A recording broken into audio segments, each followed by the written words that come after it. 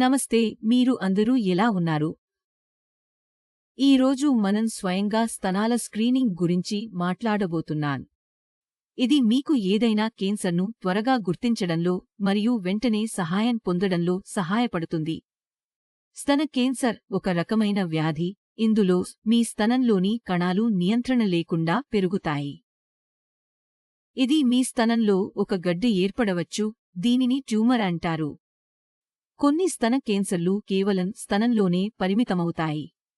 చికిత్స చేయకపోతే ఈ కేన్సర్ మొత్తం శరీరంలో వ్యాపించవచ్చు. ప్రతి మహిళ తన స్తనంపై శ్రద్ధ వహించడం అవసరం. స్తన కేన్సర్ను గుర్తించడానికి కొన్ని పరీక్షలు చేయాలి, ఉదాహరణకు మమ్మోగ్రఫీ. కాని మనం ఈ గడ్డను కూడా గుర్తించవచ్చు, కేవలం దీన్ని గుర్తించడానికి అవసరమైన పద్ధతిని అర్థం చేసుకోవాలి. ఈ పరీక్షను 2 మార్గాల్లో చేయవచ్చు. మీరు స్నానం చేస్తూ మీ స్తనాన్ని తనిఖీ చేయవచ్చు, ఎందుకంటే తడి వేలుతో చిన్న గడ్డను కూడా త్వరగా గుర్తించవచ్చు. కనుక అద్దంలో నిలబడి మీ స్తనంపై జాగ్రత్తగా దృష్టి పెట్టండి. మీ స్తనానికి ఆకారం లేదా పరిమాణంలో వచ్చిన మార్పులను తనిఖీ చేయండి. స్తన చర్మం ఎరుపు అయితే, స్తన చర్మం కుదించబడితే, నిప్పుల్ లోపల గాయాలు లేదా స్తనంలో నుండి ఏదైనా ద్రవం, ఉదాహరణకు రక్తం లేదా నీరు వస్తే, ఈ అన్ని లక్షణాలను తనిఖీ చేయండి. ఈ లక్షణాలు కేన్సర్ కావచ్చు.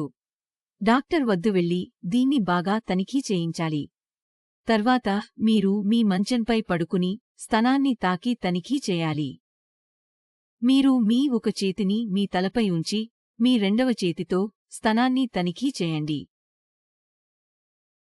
మీరు ఎడమ వైపు స్తనాన్ని తనిఖీ చేస్తుంటే, కుడి వైపు తిరిగి, మీ కుడి చేతితో ఎడమ వైపు స్తనాన్ని తనిఖీ చేయండి. రెండవ స్తనాన్ని రెండవ చేతితో తనిఖీ చేయండి. 3 వేలులను తీసుకుని మీ స్తనంపై ఉంచండి మరియు పైనుండి కిందకు గడియారం యొక్క కాంతుల్లా చుట్టూ తిరుగుతూ అలా చేయండి. మొదట చేస్తూ కొంచెం ఒత్తిడి చేయండి. తర్వాత నెమ్మదిగా ఇష్టపడితే గడ్డను పట్టుకోవచ్చు. ఈ విధంగా 2 స్తనాలను తనిఖీ చేయాలి. ఇది మీకు తిరిగి నేరుగా పడుకోవాలి. తర్వాత మీ నిప్పిల్ను 2 వేళ్ల మధ్య ఉంచి 2-3 సార్లు పైకి కిందికి గుండ్రంగా తిప్పండి. నిప్పుల్ నుండి నీరు లేదా రక్తం వస్తే దీన్ని తనిఖీ చేయండి.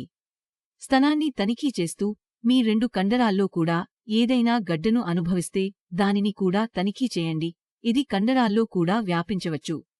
ఈ తనిఖీని మీ పీరియడ్స్ ముగిసిన 10 రోజులకు నెలలో ఒకసారి తప్పనిసరిగా చేయాలి. మీరు గర్భవతి అయినా, వృద్ధులైనా, మీరే మెనోపాజ్ పరిస్థితిలోకి వెళ్తున్నా లేదా మెనోపాజ్ స్థితిలో ఉన్నా ఏ మహిళ అయినా ఈ స్థానం యొక్క పరీక్ష చేయించుకోవాలి.